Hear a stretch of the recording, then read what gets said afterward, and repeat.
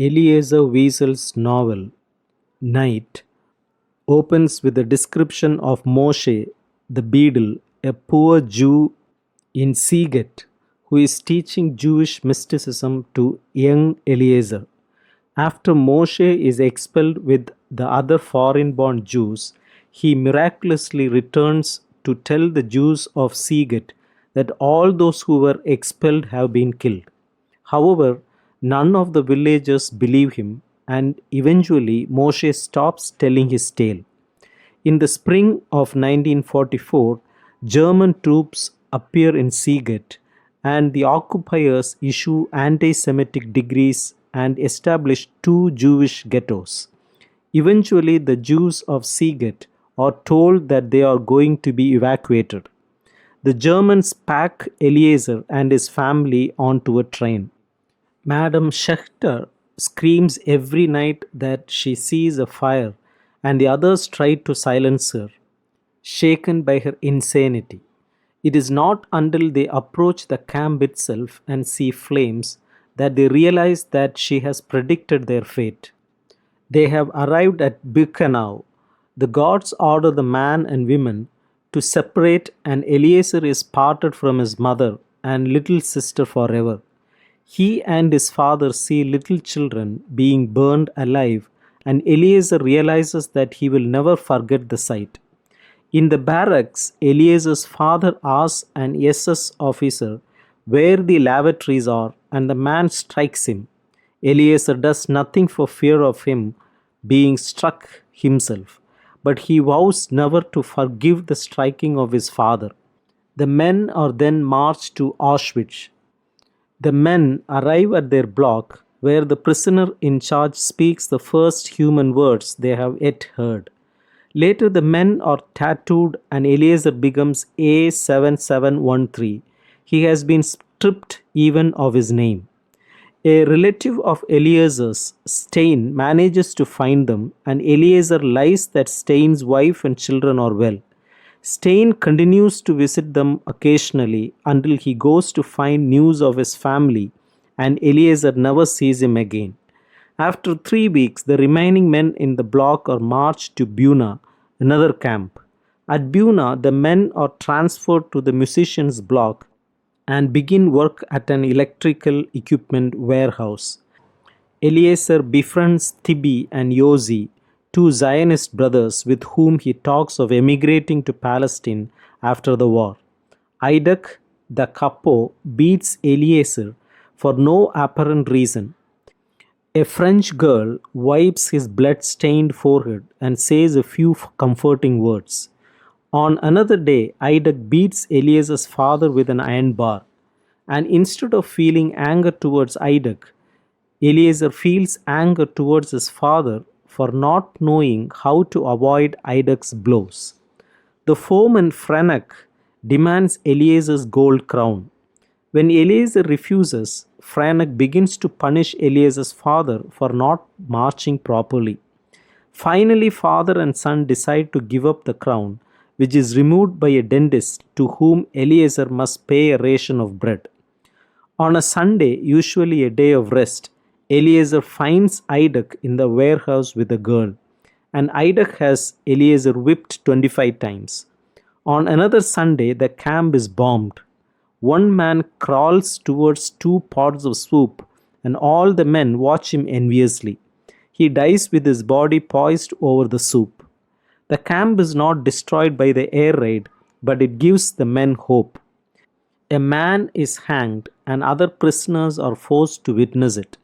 Later, there is another hanging, this time of a child beloved in the camp who has been associated with resistance. The child dies a slow, agonizing, and silent death as the men weep. Someone in the crowd asks where God is, and Eliezer hears a voice inside him reply that God is on the gallows. The men debate how to celebrate Rosh Hashanah, the Jewish New Year, but Eliezer's heart revolts at the thought of celebrating. On Rosh Hashanah, he finds his father and kisses his head, silently as a tear drops between them, knowing that they have never understood each other so clearly. Later, on Yom Kippur, the men debate whether or not they should fast. Eliezer eats, viewing it as an act of rebellion against God, but feels a great void in his heart nonetheless. After Eliezer has been transferred to the building unit, a selection occurs.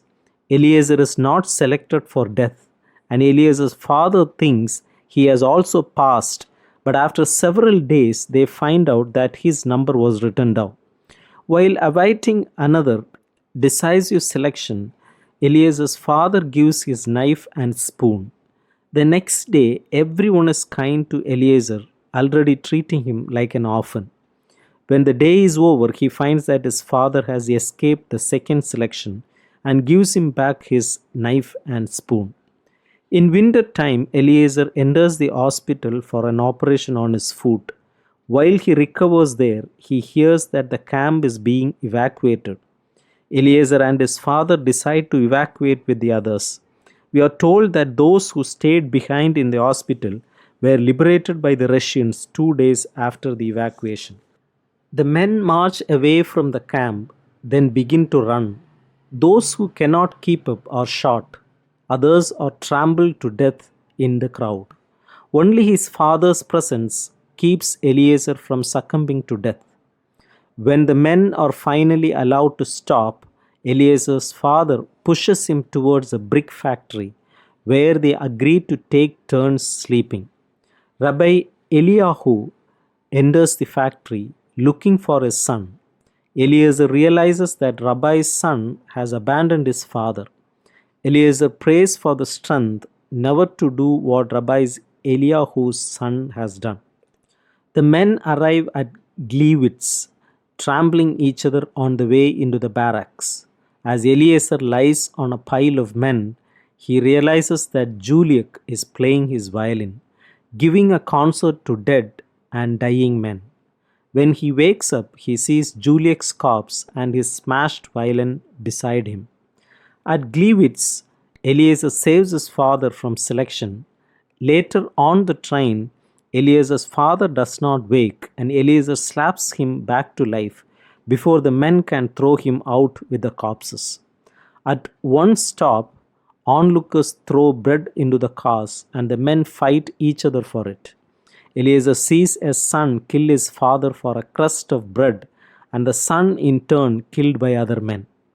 When they reach Buchenwald, a dozen men, including Eliezer and his father, are left in the wagon out of the 100 who began the journey. At Buchenwald, Eliezer's father announces that he is ready to die, but Eliezer forces him to continue on. Later, his father develops dysentery and is unable to leave his bed. Eliezer arranges to stay near his father, but when his father begs him for water, an SS clouds him on the head, and Eliezer does not move, afraid he will also be hit. Eliezer's father's last word is his name. The next day he is gone. Eliezer has no more tears to weep, and in his weakened conscience he feels freedom. Eliezer is transferred to the children's block beyond all grief. Wiesel says nothing about the events of the rest of the winter. On April 10th, the Germans are going to evacuate the camp, then blow it up. But after the inmates are assembled, the resistance rises up and takes over the camp, and American tanks arrive at Buchenwald that evening. After liberation, Eliezer nearly dies of food poisoning. When he recovers, he looks at himself in the mirror, something he has not done since he was in Seagate, and a corpse stares back at him.